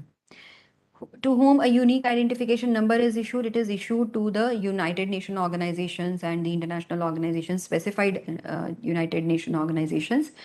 And this UIN, unique identification number, a person who is having the unique identification, they have to take the unique identification number for claiming refunds, etc. Whatever payments are made to them, they are eligible for, whatever supplies are made to them are eligible for refund. So now this UIN, whether it is considered a person possessing a UIN, whether it is considered to be a registered person or not, this we can see from the definition of the registered person. So as per the definition of registered person, a person having a UIN, a person who has obtained a UIN or unique identification number, is not considered as a registered person. And therefore, the invoice to be, therefore the UIN holder is not a registered person. And we know that if an invoice is being issued to an unregistered person and turnover exceeds rupees 500 in the preceding financial year, then that registered person has to has to provide a dynamic QR code on that invoice. So this invoice which is being issued to a UIN holder has to is not required to mandatorily have a dynamic QR code because UIN holder is not a registered person. Next comes the second clarification. It says that dynamic QR code is not required on an invoice. It is not required on an invoice issued to a recipient located outside India for supply of services whose place of supply is in India and payment is received in foreign exchange. Now, in case where the invoice is issued to suppose some service has been received in India, place of supply is in India. Service is supplied from India. Service is supplied from India. Recipient is located outside India. Supplier is located in India. But the place of supply of that particular service is located in India. Place of supply of that particular service is in India. So supplier is in India, recipient is outside India, place of supply is in India, and the payment has been received in foreign convertible exchange because you have made the payment, you have provided the service outside India. So you will be receiving the payment in convertible foreign exchange, or or in case it is permitted by RBI not to receive such payment in convertible foreign exchange, it is that case. So in such a case, the invoice issued to such a recipient outside India is not mandatorily required to have a dynamic QR code because that recipient located outside India will not be able to make payment using your dynamic QR code. So for making payment to the supplier, therefore this mandatory requirement or having a dynamic QR code, all other conditions we are assuming have been fulfilled, that 500 crore turnover and that person located outside India, obviously it will possibilities there that it will not be registered in India. So in that case, this person will be this invoice which is issued to such a recipient who is located outside India will not be mandatorily required to have a dynamic QR code. So you can have an invoice without dynamic QR code issued in such a case. Then we come to the generation of the e-way bill. E-way bill, accounts and records e-way bill chapter, chapter 11. The amendment in this chapter is e-way bill generation facility to be blocked only in respect of the outward movement of the goods by the defaulting registered person. That is amendment in Rule 138E. Now, Rule 138E contains the provisions relating to blocking of e-way bill generation facility. Now, what is this blocking of generation of e-way bill? That is, it means disabling the generation of e-way bill. If a person has not filed his GSTR1 for a period of 2 months, there are 2-3 conditions which are there. So if you are fulfilling those conditions, then in that case, you will be blocked from generation of e-way bill. Earlier, this blocking facility was both ways. That means in case you are either of the defaulters who are specified in section 138E, then neither as a recipient nor as a supplier, nor you will not be able to generate any e-way bill. So even if you are receiving some goods from a supplier who is not a defaulter, then also your e-way bill cannot be generated in your name, because you are a recipient in such a case and e-way bill requires your details. So the system did not allow the generation of e-way bill in that case. Now this rule has been amended to that extent, and now this amendment has relaxed this restriction of generation of e-way bill in case such person is a recipient. In case of this defaulter is a recipient while generating the e-way bill. So the blocking of e-way bill, blocking of GSTN, because his GSTN will be blocked, so his GSTN cannot be used for generation of e-way bill in that case. This was the earlier situation, that his e-way bill his GSTN could not be used for generation of the e-way bill, either as a recipient or as a supplier. However, now this condition has been relaxed, and blocking of GSTN for e-way bill generation facility is only in respect of an outward movement of goods of the registered person who is ineligible for e-way bill generation. E-way bill can be generated in respect of the inward supplies of said registered person. For example, you have been given an example also for Mr. A is a registered person who is paying tax under regular scheme, and he has not filed GSTR1 for 2 months. So he is a defaulter as per Rule 138E. Now Mr. B he is a regular return filer and he wants to generate an e-way bill for goods to be supplied to Mr. A. So Mr. A is a recipient in this case. Mr. B is a regular return filer. He has not done any such default. But due to the earlier restriction, what was happening was that he was not able to generate any e-way bill with Mr. A as the recipient. The system did not use to allow him to file to generate the e-way bill. But now this condition has been relaxed under section 138, Rule 38E. So as per Rule 138E, now as only if you are a supplier and you have defaulted in the filing of your GSTR1 or your returns, then only this restriction will be applicable to you, that you will not be able to generate e-way bill. Otherwise, if you are a recipient and you have defaulted, then your supplier can generate the e-way bill using your GSTN. So in case of the amended position of law, now there will be no restriction and Mr. B can easily generate the e-way bill using Mr. A's GSTN number. If Mr. A wants to generate an e-way bill for any outward supply made by to a third person, Mr. H, then this e-way bill generation will be blocked and he will not be able to generate the e-way bill. And this seems quite fair also, that if you are some other, because you cannot know that your recipient is e-way bill is your recipient's GSTN is blocked. So this way you should not be penalized.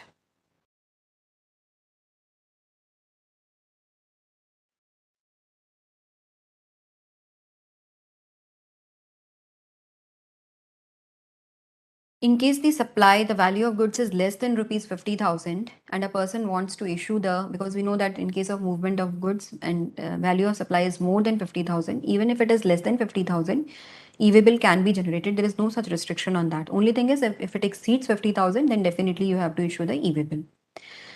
Guidelines for disallowing debit of electronic credit ledger under Rule 86A. Rule 86A, you must be knowing, it has been lately introduced, which provides that in certain specified circumstances, if commissioner or an officer authorized by him, not below the rank of assistant commissioner, if he has a reason to believe, now mark these words, reasons to believe, if he has a reasonable belief or reasons to believe that ITC available in the electronic credit ledger has been fraudulently taken, that fraudulently available or is ineligible. That means there is some problem, there is some default on part of the registered person, and his ITC is, he believes that it is taken fraudulently, it is ineligible, some ineligible credit he has taken, so he should not use it for payment of his output liability. So in that case, he may not allow the debit of an amount equivalent to such credit from the electronic credit ledger. Suppose out of the total amount of 200 rupees, he feels 50 rupees has been, this is just an example, 50 rupees he has taken fraudulently or 50 rupees is ineligible, and he has a reasonable belief to that extent, then commissioner or any officer authorized by him can disallow or can, uh, stop a person from taking the credit or utilizing his credit, allow a debit from his electronic credit ledger to that extent. Now, this was in order to ensure that this particular provision is not used indiscriminately or this provision is not used randomly by the officers, the CBIC has issued a guidelines with regard to this particular provision. It says that what do you mean by the reasons to believe? So for that, some grounds for disallowing the debit of an amount from the electronic credit ledger has been issued. Now, these reasons to believe have been listed here. You can go through them. Just I will be going through them quickly. Suppose the credit is availed on the invoices or debit notes which have non-existent. That means bogus invoices or fake invoices are there. Invoices were not issued, and in fact, this is not a fake invoice. Invoice was not at all existent, and you have taken the credit. So you have to take the credit on the basis of valid documents, and you have not taken any. You have not issued any invoice and you have taken the credit. So no invoice is issued by your supplier and you have taken the credit. That is a case for, that is a reason to believe to disallow you utilization of that particular credit, or credit is allowed. Now this is the case of fake invoice. This is the case of the fake invoice, that invoice is there but corresponding receipt of goods is not there and you have taken the credit, then your credit can be disallowed. Credit has been taken on the basis of invoices or debit notes. Tax is not paid to the government. So you have you have received the goods, you have issued, you have received the goods, invoice has been issued to you, but that tax which you have paid has not been paid to the government. Then registered person claiming the credit is found to be non-existent or he is not conducting any business. Credit is availed by a registered person without having any invoice. He does not have any invoice at all or any valid document. So in such cases, your credit can be disallowed because these are reasonable, you can say reasonable grounds on the basis of which you can disallow or your credit can be disallowed by the commissioner or person authorized. Similarly, some authorities have also been specified depending on the ineligible credit or the fraudulently availed credit involved in your case. So if it is a higher amount, then that means a higher amount, more than 5 crores is there, then principal commissioner or commissioner can is the person who can disallow this. And if it is a lower amount comparatively, that means up to 1 crores, then the deputy commissioner or assistant commissioner can disallow. So reasonable grounds to believe definitely must be there before disallowing it.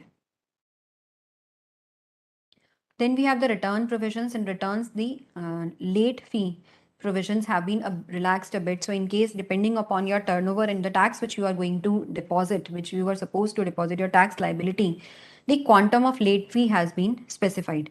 So this, I think, nothing to be explained in this. You can easily go through it because we are running short of time. Let us see some significant amendments so that, in fact, before this refunds, if time allows, we'll take it. But before that, we will take the offenses and penalties section because there the amendments have taken place, major amendments. Yes. And students are finding it difficult also. Section 129. Section 129 provides that the detention or it provides for detention, seizure of the goods, and release of the detained goods or seized goods and conveyances in transit. So it provides that when the goods which are detained or seized, when they can be released. Earlier, now there is an amendment in section 129 and 130 by Finance Act 2021, and which has, you can say, there has been a major change in the provisions of section 129 and 130. So as per section 129, earlier, the detained goods or seized goods could be released on the payment of tax, interest and penalty. So tax, interest and penalty was required. Specified amount of tax, interest and penalty was required to be paid for release of the goods detained or seized. Now, after this amendment, only penalty is required to be paid for getting your goods or your conveyance released. But now the amount of penalty is comparatively higher. So this has been elaborated in this table which is given to you, that only penalty has to be paid for release of the detained or seized goods. And what is this penalty? In point 1, we have told about only the goods which are seized or which are detained. Then for conveyance, there is a separate provision that how it can be released by the transporter. So in case of the, first of all, there is an erstwhile provision, that means existing, the earlier provisions, the provisions which used to prevail before the amendment, and they are compared with the provisions which prevail after the amendment made by Finance Act 2021.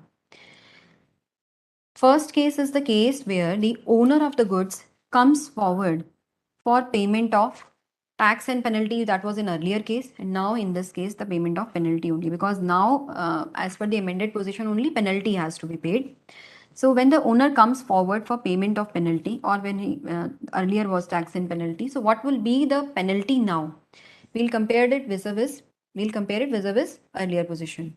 In case of the taxable goods, it was 100% tax. You can see there, here tax is there, and penalty equal to 100% of tax payable. But now it is penalty equal to 200% of the tax payable.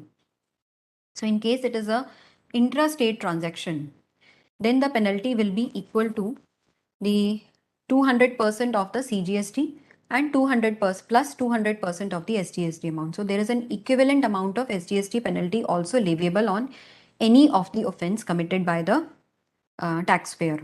This has to be kept in mind while solving your questions. Exempted goods is there. Exempted goods, lower of the following: 2% of the value of goods or 25,000. This was the earlier limit. Now it is lower of the, now it is also same. In this case, it has not changed. Then in case where the owner of the goods does not come forward for the payment of tax, and in case of the taxable goods, we will see, because there is no change in exempted. The taxable goods, applicable tax plus penalty equal to 50% of the value of goods. Here also tax is there. But now the penalty will be higher of 50% of the value of goods or 200% of the tax payable on such goods. So in case it is an intrastate transaction, equivalent amount of SGST will also be payable. That will be 50% of the value of goods or 200% of the SGST payable on such goods. So penalty under CGST Act, penalty under SGST Act will together comprises of his penalty payable for release of the detained or seized goods. In case it is a IGST interstate transaction, then you have to take the 200% of the IGST payable or 100% of the value of the goods. Detained or seized goods or conveyances not to be released on provisional basis. Now, this is a second change or amendment which has taken place in section 129. First of all, the penalty amounts have changed. Now, the second amendment is that the detained or seized goods, earlier they were allowed to be released on provisional basis on payment of, on deposit of furnishing of bond and security. So, or applicable or payment of applicable tax, interest and penalty, as the case may be. On in that case, the goods could have been provisionally released. But now there is no provision for release of the goods or conveyances on provisional basis. There is no such provision that you furnish security or bond, or you furnish the applicable penalty, tax and interest, then the goods will be provisionally released. No such provision is there as per the amended section 129.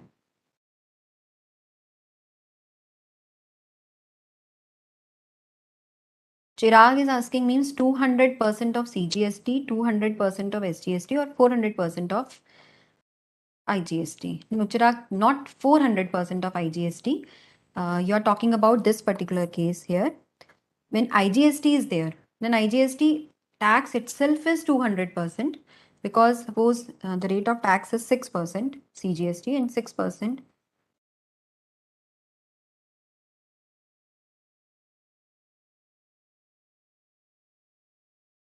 My pen is not working. So 6% you can understand it through without writing also.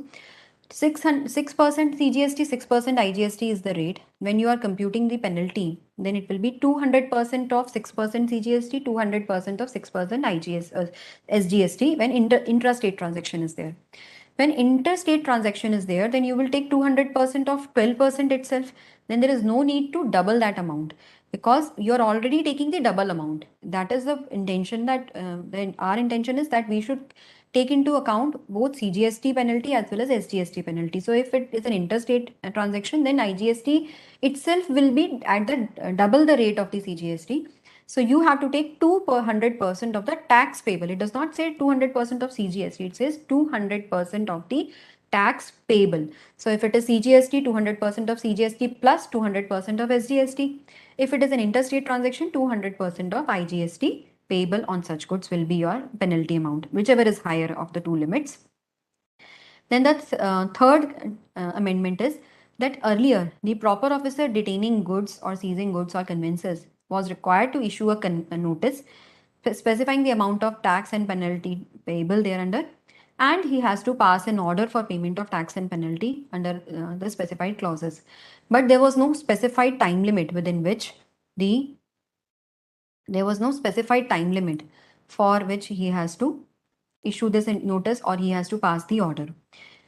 Now, in this case, if you see the proper officer detaining or seizing goods or conveyance as per the amended position of law under section 129, the proper officer who is detaining or seizing the goods or conveyance, he shall issue a notice within 7 days of such detention or seizure.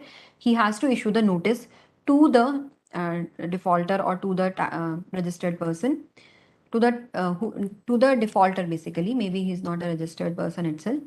And the proper officer shall pass an order for payment of penalty within 7 days of service of the notice. So the time limit has now been prescribed for issuance of notice as well as for issuance of order of payment of penalty for release of the goods detained or seized. This is the amendment.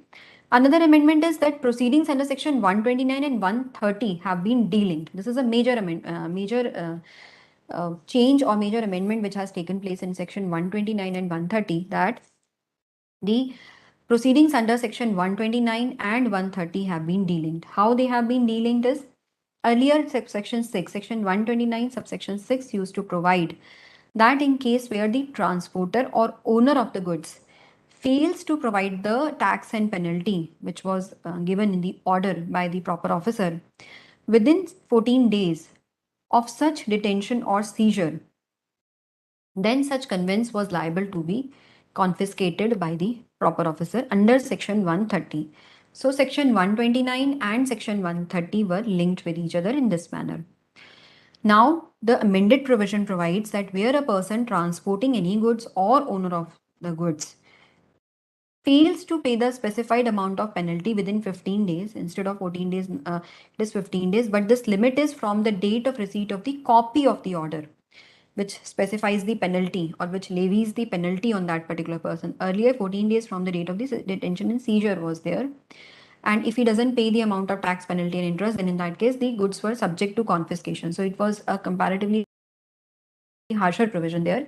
Now, if he does not pay the penalty within the 15 days from the receipt of the penalty order, then that goods will be. So he has been given a comparatively more time, and goods or conveyance so detained or seized shall be liable to be sold or disposed of otherwise in the prescribed time manner and to recover the penalty so payable. So instead of confiscating the goods, now the goods will be in the straight away they will be disposed of to recover that penalty. So this is a different provision because yes, now they will not be confiscated, straight away they will be disposed of.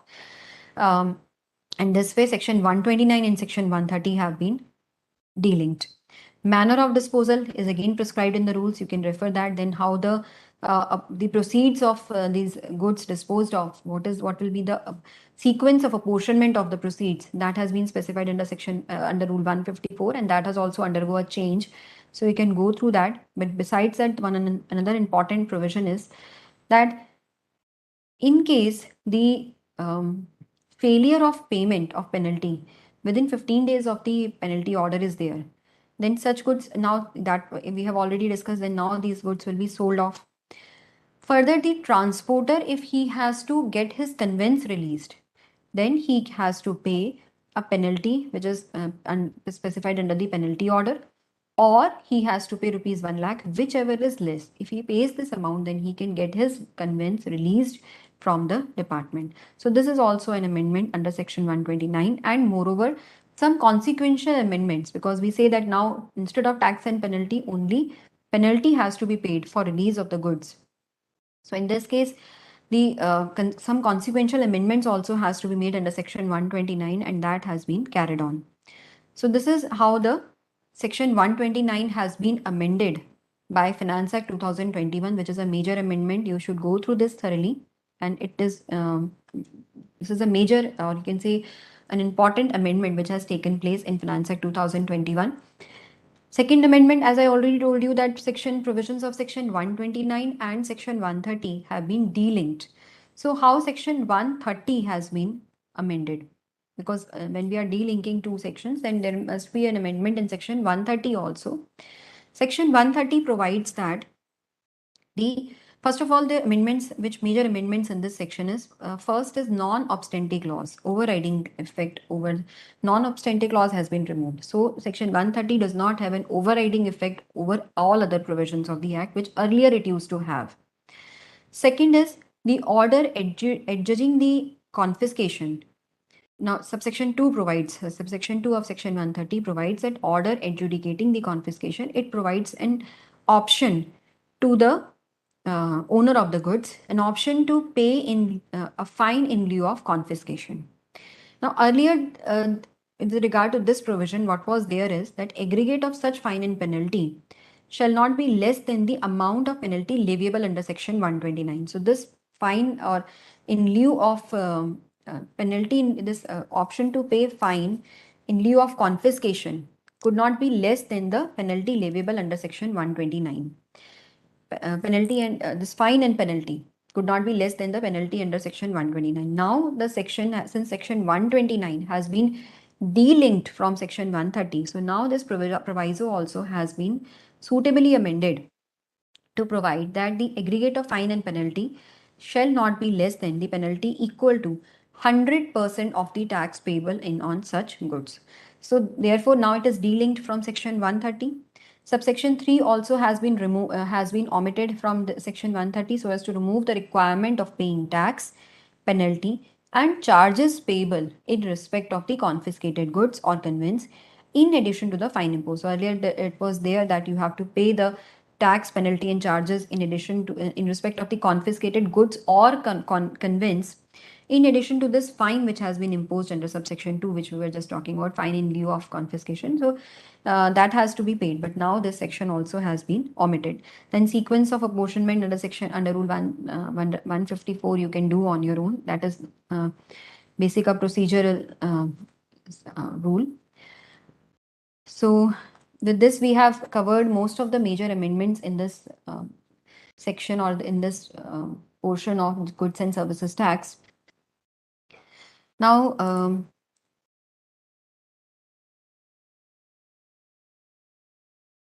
now I would like to tell you some important points also apart from this, because this session is mainly aimed to apprise you of to prepare you for the examination. So certain publications and certain videos, or you can say this video lectures which institute or BoS is hosting for you, you should refer to those publications and lectures.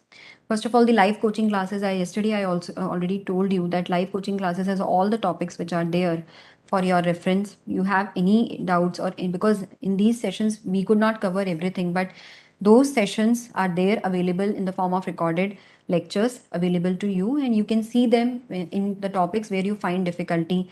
So you can refer those lectures in the areas of your preference. Then second is the publication. So one in addition to all the publications, the RTP mock test papers, then suggested answers have also been hosted for May 2022 examination. You can refer them also in order to, for those students who have appeared in May 2022 examination, they can refer the suggested answers in order to see the areas where they need to improve. So they should see the suggested answers. I would suggest it will help you in improving the areas where you have committed mistakes earlier, so that you can improve those areas. And moreover, apart from that, the study material for all other publications, there is a revision in BoS publications specifically for indirect taxes subject is there. For other subjects also, it would be there in the form of in some other form. So revisions in BoS publications contains any of the revisions which have been carried out in your publications, either it is study material or case scenario booklet, RTP, MTP, any revisions is there. So it is compiled at one place and you can find it for your respective subject. So for RTP also some revisions are there. So I would suggest you all of you to go through the same so that you can know the revisions in the said publications. It is important to refer it along with the publications which you are referring. Study material, I already told you, you should refer it in great detail and with great focus. You should refer the study material available at the institute's website for the paper of indirect taxes, plus the case scenario booklet. Try to attempt all the questions of case scenario booklet.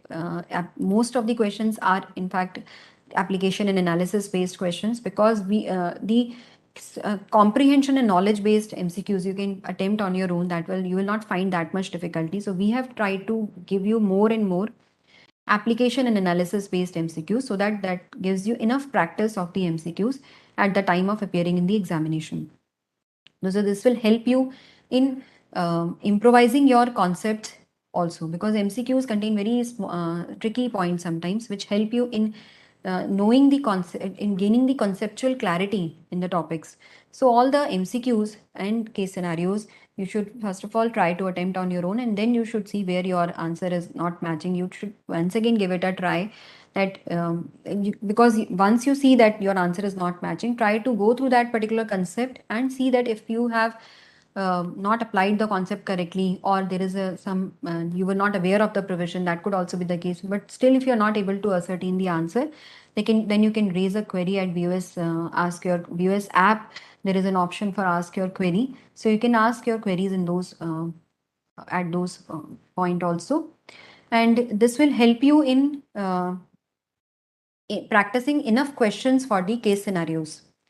So the case scenarios plus MCQs. MCQs are also there in that booklet. So you should practice that booklet in a proper manner. You have case scenarios in revision test papers also.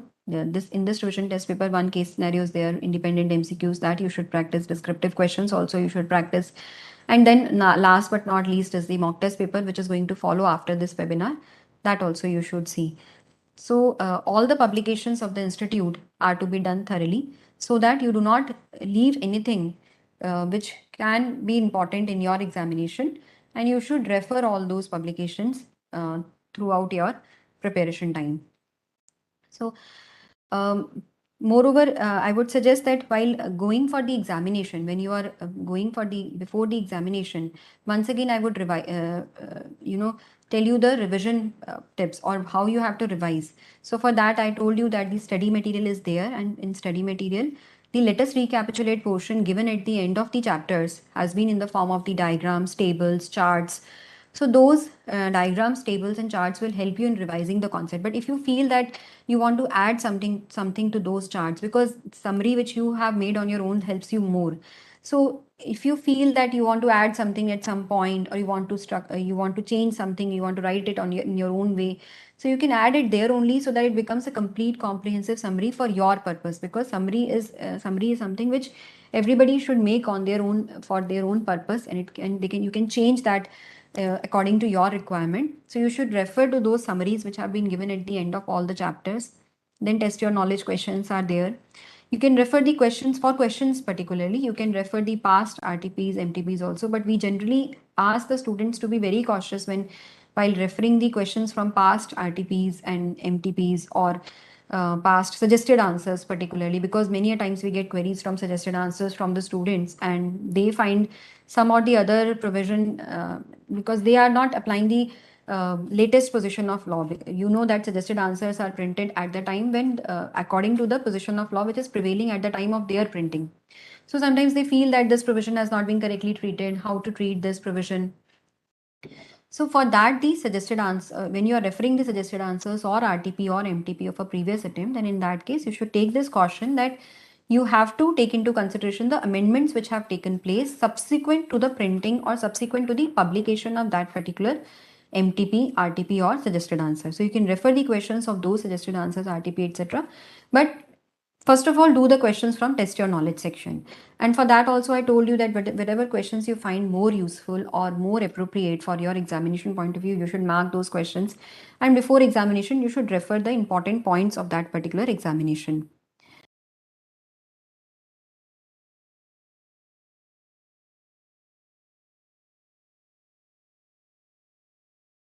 Manisha is saying, I have a query regarding ITC chapter in May 2022 exam. Can the question number 1 be solved using T1, T2 formula as it was solved differently in the suggested paper? Manisha, you can write to me on BOS. You can write to me at idt-final@ici.in specifying that where you wanted to, which is the different presentation you wanted to have. So I can tell you that whether it was correct or not.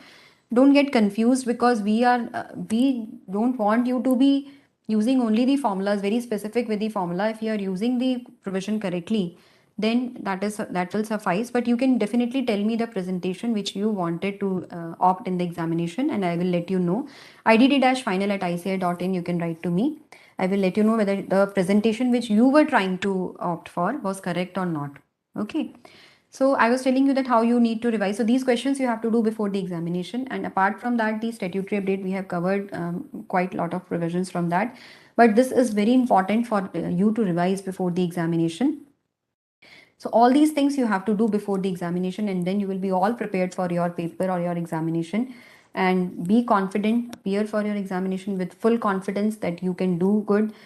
Try to present your answer in the best possible manner. Presentation also is very important. And regarding the explanatory notes, I would say explanatory notes should be enumerated in a or elaborated in a proper manner. When I say elaborated in a proper manner, it means that you just cannot write anything or for in the name of the explanatory notes and you feel that you have given some reasoning. No, it should be a proper reasoning. It should not, we are not expecting you to reproduce the language of the study material or suggested answers.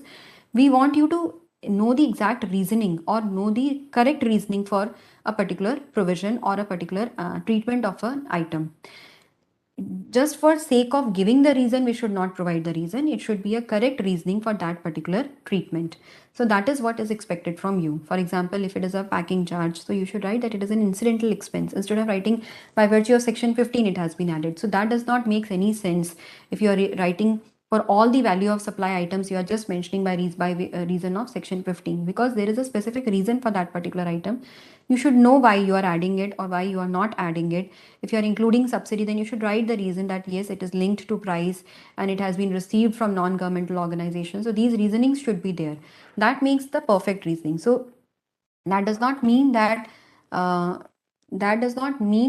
you have to write exactly the reasoning of the provided by the institute, but you have to see the way the answers have been formulated or drafted in the suggested answers, because you may not use the exact language, but you may use the type of explanatory, you may say the way the explanatory notes have been given in the suggested answers, because they let you know or they apprise you of the method which you have to follow while solving the question in the question paper or in the examination. So explanatory notes should be very proper, because when we keep on emphasizing on providing the explanatory notes in the examination, but sometimes students comes to us and they feel that they have given the explanatory notes and they have not been awarded the marks. But when we see the answers which they have written, they are not generally up to the mark, because they have just mentioned some or the other reason for the sake of writing it.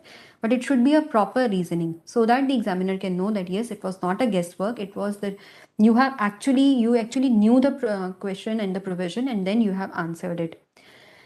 So on the basis of this, you have to answer in this way, you have to write the explanatory notes. So This is all for your examination point of view. I hope these tips will help you for the examination, and you will be now you will be all set for your examination. You will definitely be geared up for the examination and with full confidence appear for your examination. All the best. All of you will come out in flying colors. With this, we come up to the end of this session. Thanks for the patient listening. Thank you.